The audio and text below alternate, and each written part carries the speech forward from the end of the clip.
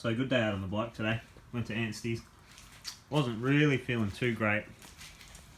I had a bit of a late night last night, but what's going on, boys? How's it going?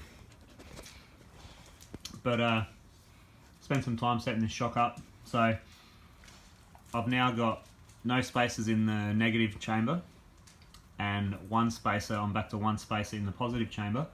6 clicks of low speed compression, feels pretty well spot on. 7 clicks is a little too stiff. 5 clicks feels like it needs a click. So I'm pretty happy with where that is. 160 psi. It's about 31% sag, something like that. 32% sag.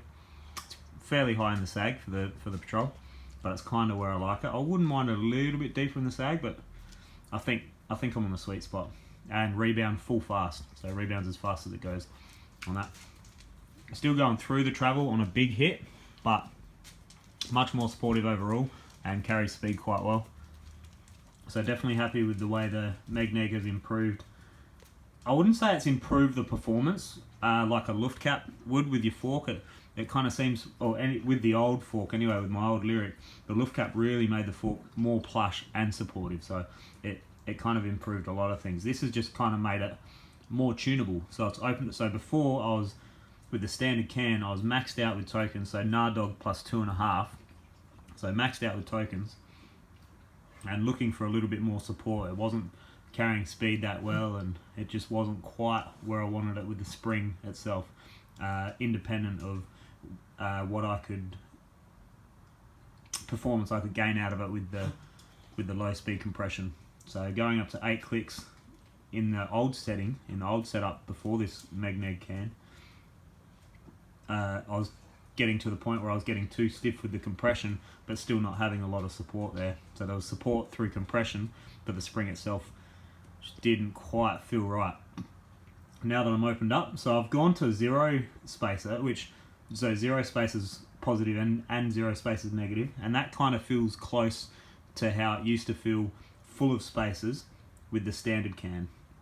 So MegNeg massively bigger. It's 200. So it's basically double the size. The negative chamber's double the size now, and so I've been able to open up that positive. So I've got much more room to tune. It's not that it's given me more performance. It's given me more room to tune for performance. So impressed with that. Happy with that. It feels pretty good at Anstey's Hill. Felt pretty good at Death Track the other day. I'm just going to have to keep riding it and fine-tuning to different places and just see how it suits overall riding, see how it suits everything else. But so far so good. And I bottomed out my forks today for the first time. You can't see on the gnarly ring there because it's been pushed back down, but the bottom step down of Wildside at Anstey's came in pretty hard, and I thought someone was at the bottom of the step down, so I braked just before I sent it and lost a bit of speed, and kind of almost came up a little bit short on the huck and went through all my travel, and it was perfect. I only just kissed the end of the fork there, the end of the travel there, but yeah, it was good. And I'm thinking maybe I want to go a little stiffer in that fork now. So Anstey's Hill, generally you can get away with a stiffer setup, even though it's quite loose. For carrying speed and staying on top of the chatter and the bumps, it seems that a little stiffer generally works out there. So I'm going to go a little stiffer on the fork, see how that goes during the week. But MegNeg, Superdeluxe, I'm definitely happy with it. Comparing the Superdeluxe to the DPX2, which is only a short comparison, I'm not ready to compare the two officially yet, but definitely better small bump sensitivity.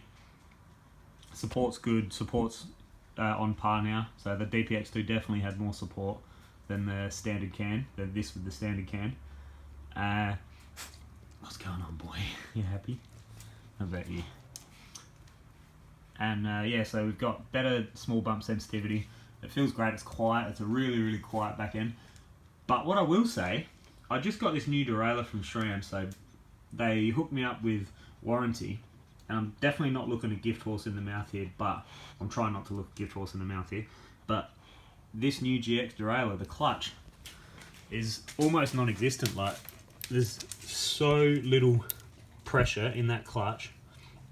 It's Definitely much more jumpy and bouncy than the old clutch. Even though the old clutch was 7 months old, this is brand new and it's really loose. So I might talk to him and see if I can get that swapped over for another one, because it's definitely slapping around. And I actually dropped the chain off of this front here twice today. So the chain's coming off here, and the only thing stopping it from coming out is the fact that this is slammed right down on top of the chain. So pretty much no gap at the front there. So if there was a gap there, this would have come up and it would have just ripped this. It would have just ripped this side off, and it will rip the side open a bit and come off. So not cool. Not super happy with that. Still happy that I got a warranty, obviously, but if I was to buy that, I'd definitely be a bit disappointed. So I'll speak to SRAM, see if they can hook me up. But otherwise, the thing's singing. So yeah, pretty happy for sure.